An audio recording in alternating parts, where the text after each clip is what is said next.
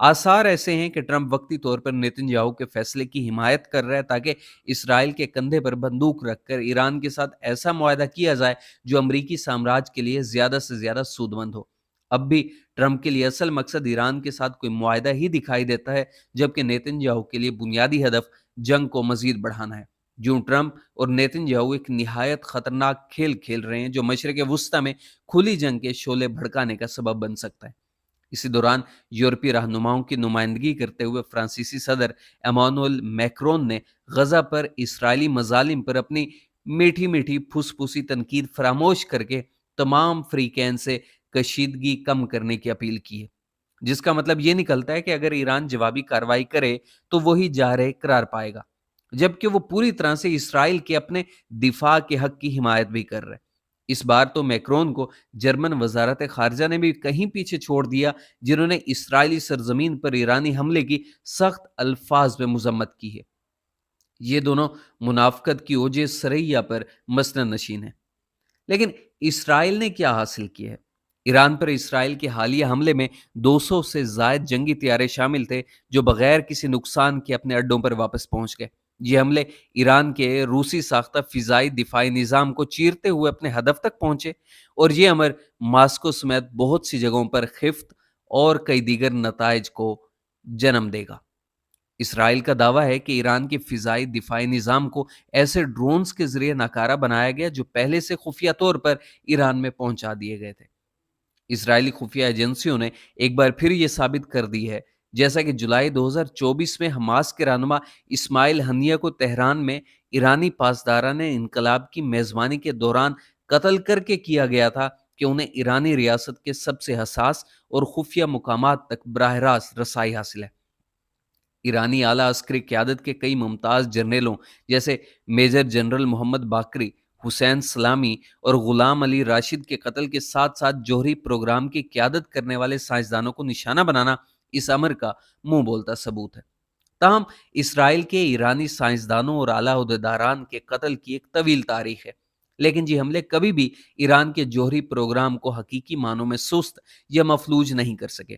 سابقہ حملوں سے کہیں زیادہ اس حملے کا اصل مقصد بھی ایران کی جوہری صلاحیتوں کو نقصان پہنچانا نہیں بلکہ ایران کو مشتعل کرنا معلوم ہوتا ہے۔ اب ایران جوابی کارروائی میں کیا کر سکتا ہے؟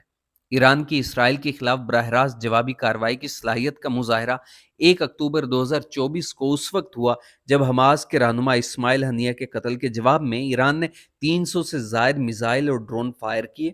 ایران کی طرف سے پیش کی انتباہ کے باوجود درجنوں ایرانی میزائل اسرائیلی دفاعی نظام کو چیرتے ہوئے اپنے ہدف تک پہنچے، جن میں فوجی اڈے بھی شامل تھے۔ اس وقت امریکی صدر بائیڈن کی حکومت کی بوکھلاہٹ ظاہر کرتی تھی کہ اسرائیلی دفاعی نظام کی ناکامی نے شدید تشویش پیدا کر دی تھی۔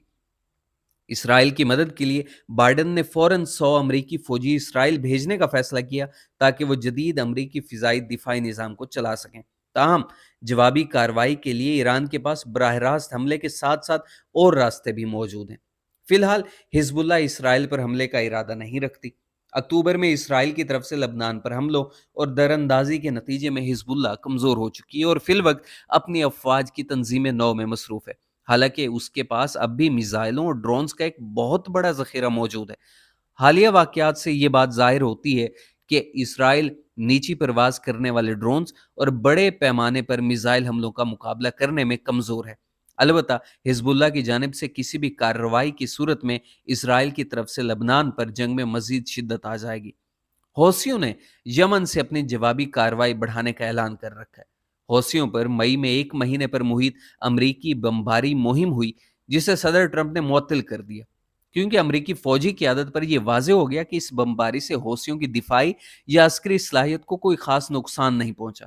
چنانچہ ٹرمپ نے براہ راست تصادم سے گریز کرتے ہوئے حوثیوں کے ساتھ ایک علیحدہ معاہدہ کر لیا تاکہ بحیرہ احمر میں امریکی جہازوں پر حملے نہ ہوں۔ تاہم اس معاہدے میں اسرائیلی بحری جہاز شامل نہیں تھے۔ اگر امریکہ ایران کی جوابی کارروائی کے مقابلے میں اسرائیل کا دفاع کرتا ہے تو اس کا بحیرہ احمر کے بحری نقل و حمل پر وسیع پیمانے پر اثر پڑ سکتا ہے۔ اس خطے میں موجود امریکی فوجی اڈے اور جنگی جہاز دوبارہ حملوں کی زد میں آ سکتے ہیں۔ یہ صورتحال بالخصوص ایسے میں کہ جب عالمی معیشت پہلے ہی شدید کساد بازاری کے دہانے پر کھڑی ہو، بین الاقوامی تجارتی راستوں اور تیل کی قیمتوں پر انتہائی سنگین اثرات ڈال سکتی ہے۔ اگر ایران آبنائے ہرمز کو بند کرنے کا فیصلہ کرتا ہے، جہاں سے دنیا کا تقریباً 20% تیل گزرتا ہے، تو اس کا اثر اور بھی تباہ کن ہوگا۔ ادھر حوثیوں نے کئی بار اسرائیلی اہداف کو نشانہ بنانے کی اپنی صلاحیت ثابت کی ہے۔ ماضی میں ان کے کئی طویل فاصلے تک مار کرنے والے میزائل اسرائیل کے دفاعی نظام کو توڑتے ہوئے اپنے ہدف تک پہنچے، یہاں تک کہ تل ابیب کے بن گوریون ہوائی اڈے کو عارضی طور پر بند بھی کرنا پڑا۔ عراق میں موجود ایران نواز ملیشیا بھی بڑی حد تک محفوظ ہیں اور انہیں اسرائیل یا خطے میں موجود امریکی اڈوں پر حملہ کرنے کے لیے استعمال کیا جا سکتا ہے۔ اس حملے کا ایک واضح نتیجہ یہ ہوگا کہ ایران اپنا جوہری ہتھیاروں کا پروگرام فوراً تیز کر دے گا۔ اسرائیل کا یہ حملہ ایران کے جوہری پروگرام کو روکنے یا سست کرنے میں شاید ہی مؤثر ثابت ہو، بلکہ امریکہ اور ایران کے درمیان جاری جوہری مذاکرات کو سبوتاژ کر کے نیتن یاہو اپنے بیانات کے بالکل الٹ نتیجہ حاصل کر رہا ہے۔ یہ اس امر کا مزید ثبوت ہے کہ ان کا اصل مقصد مشرق وسطی میں جنگ کو بڑھانا ہے۔ ایران نے یہ دعویٰ بھی کیا ہے کہ اس کے پاس اسرائیل کی سب سے زیادہ خفیہ بات یعنی جوہری پروگرام سے متعلق ثبوت موجود ہے۔ ایران نے ان دستاویزات کو منظر عام پر لانے کی دھمکی دی ہے، جو یہ ظاہر کرتی ہے کہ اسرائیل کے جوہری صلاحیت حاصل کرنے میں دیگر فریقین کی مدد شامل رہی ہے۔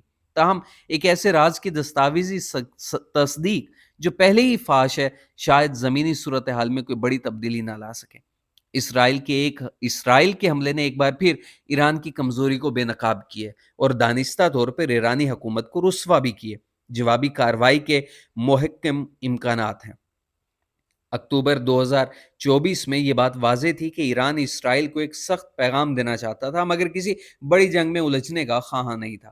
لیکن اس بار یہ بھی آیا ہے کہ اسرائیل امریکہ کی براہ راست مدد اور خطے میں اردن سمیت دیگر رجت پرست عرب حکومتوں کے تعاون کے بغیر اپنی حفاظت کی صلاحیت نہیں رکھتا۔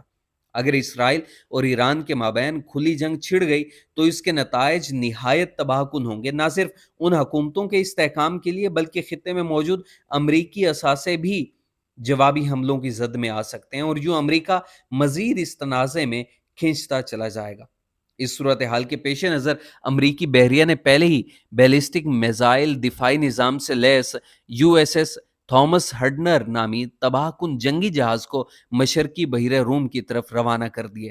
ایک اور جنگی جہاز کو بھی پیش قدمی کے احکامات دے دیے گئے ہیں تاکہ بوقت ضرورت وائٹ ہاؤس کی درخواست پر اسے فوری طور پر تعینات کیا جا سکے۔